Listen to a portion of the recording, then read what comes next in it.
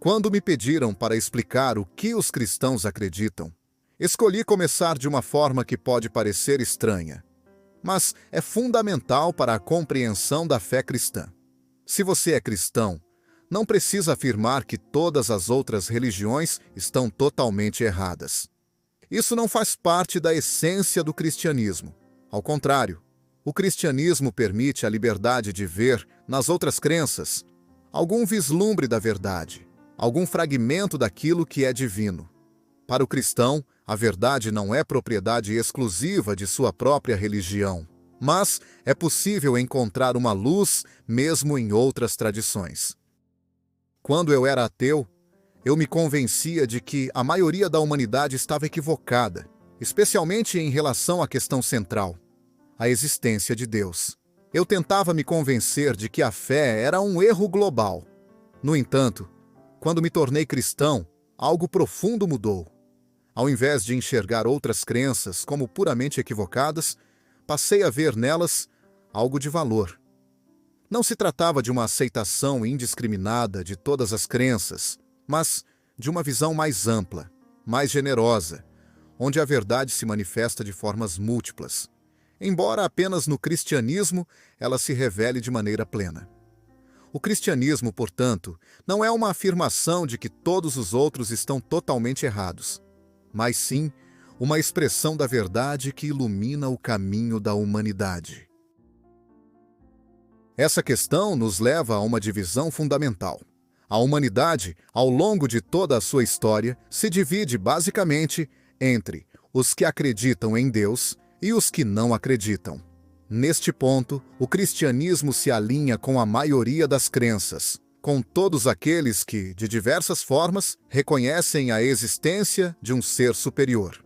Seja entre os antigos gregos e romanos, nos povos orientais, nos hindus, nos muçulmanos, ou mesmo nas culturas mais tradicionais, a crença em Deus é uma constante na experiência humana, enquanto a posição materialista, que nega qualquer transcendente, é uma minoria recente, típica do mundo ocidental moderno.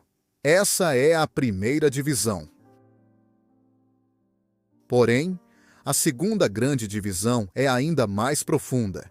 Ela ocorre entre aqueles que acreditam em Deus, mas o concebem de maneiras diferentes. A primeira dessas visões afirma que Deus está além do bem e do mal.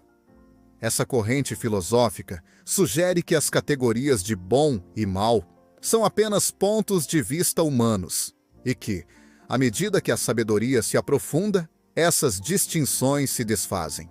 Eles afirmam que, do ponto de vista divino, a separação entre o bem e o mal não faz sentido. Um câncer, que normalmente chamamos de mal por causar sofrimento e morte, poderia ser considerado de uma maneira mais neutra, até mesmo como parte de um processo natural. Da mesma forma, um cirurgião que remove o câncer poderia ser visto, sob esse ponto de vista, como alguém que pratica algo ruim, já que destrói parte do corpo humano. Nesse entendimento, tudo dependeria da perspectiva a partir da qual se olha. No entanto, o cristianismo nos oferece uma visão totalmente diferente. O Deus que os cristãos acreditam é um Deus que é, de fato, bom e justo. Ele não está além do bem e do mal, mas é a própria fonte do bem, e sua justiça é uma constante em sua natureza. Deus não é indiferente à moralidade. Ele ama o que é bom, odeia o mal e se importa com as escolhas que fazemos. Para o cristão, o bem e o mal não são apenas conceitos relativos ou perspectivas humanas, mas realidades absolutas que se refletem no caráter divino. Esse ponto de vista cristão se distingue claramente da filosofia panteísta. Para os panteístas, Deus está presente em todas as coisas, como a alma está no corpo, animando e sustentando o universo de forma indissociável. Eles acreditam que, se o universo fosse destruído, Deus também deixaria de existir. Para o cristianismo, no entanto, Deus criou o universo de maneira independente de si mesmo. Ele não é o universo, mas o Criador de todas as coisas. Assim como um artista não é a sua obra, Deus é distinto da criação, embora sua beleza e sabedoria se revelem nela.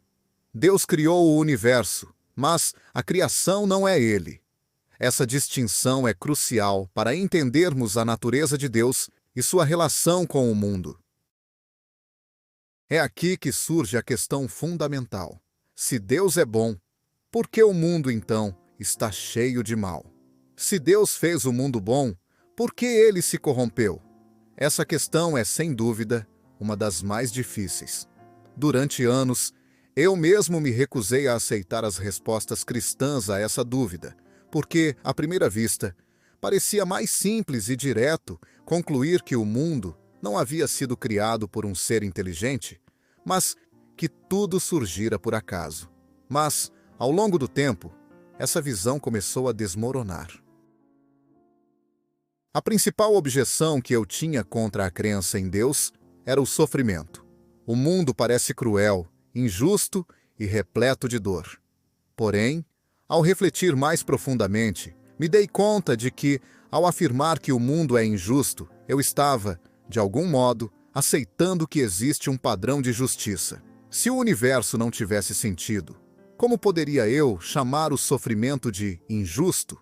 O fato de eu sentir que o sofrimento é errado e que o mundo deveria ser diferente é, na verdade, um indicativo de que existe um padrão moral, uma ideia de justiça que transcende minha própria percepção e que aponta para algo maior, algo divino.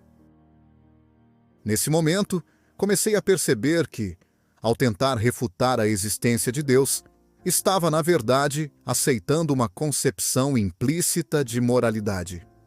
O ateísmo, ao negar qualquer tipo de padrão moral absoluto, falha ao não reconhecer que nossa própria sensação de injustiça e sofrimento é um reflexo de um sentido maior presente no mundo. Se o universo fosse realmente sem propósito, não teríamos sequer como perceber que algo está errado.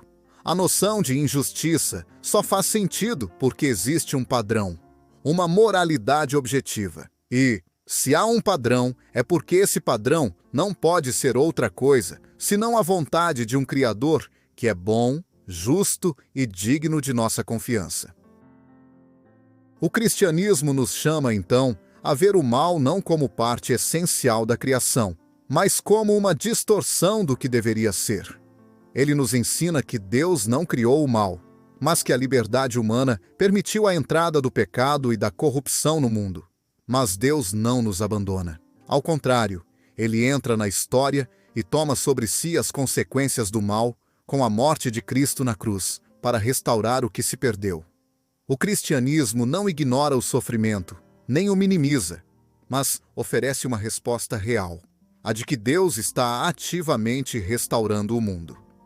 Ele não é um observador distante, mas um criador que se importa profundamente com a sua criação e que age para restaurá-la. Portanto, a fé cristã não é uma fuga da realidade, mas uma resposta a ela. O cristianismo nos oferece a verdade de que, embora o mundo tenha se desviado da perfeição original, há uma promessa de restauração. Através da vida, morte e ressurreição de Jesus, Deus mostrou que o mal não terá a palavra final. Ele venceu a morte e, com ela, todas as forças que distorcem o mundo. Assim, o cristianismo oferece mais do que explicações. Ele nos dá esperança. Uma esperança que vai além do sofrimento e da dor do presente, para apontar para a renovação e para a paz que virão. Em última análise, a fé cristã não é uma fuga da realidade, mas uma afirmação de que, no meio do sofrimento e da injustiça, existe uma verdade maior, um propósito que transcende o que vemos e entendemos. O cristianismo nos convida a reconhecer que, apesar da dor, o mundo não é um erro. Ele é um lugar em que a bondade divina, embora escondida, ainda se revela. E essa revelação é a chave para restaurar o mundo, como também a nós mesmos.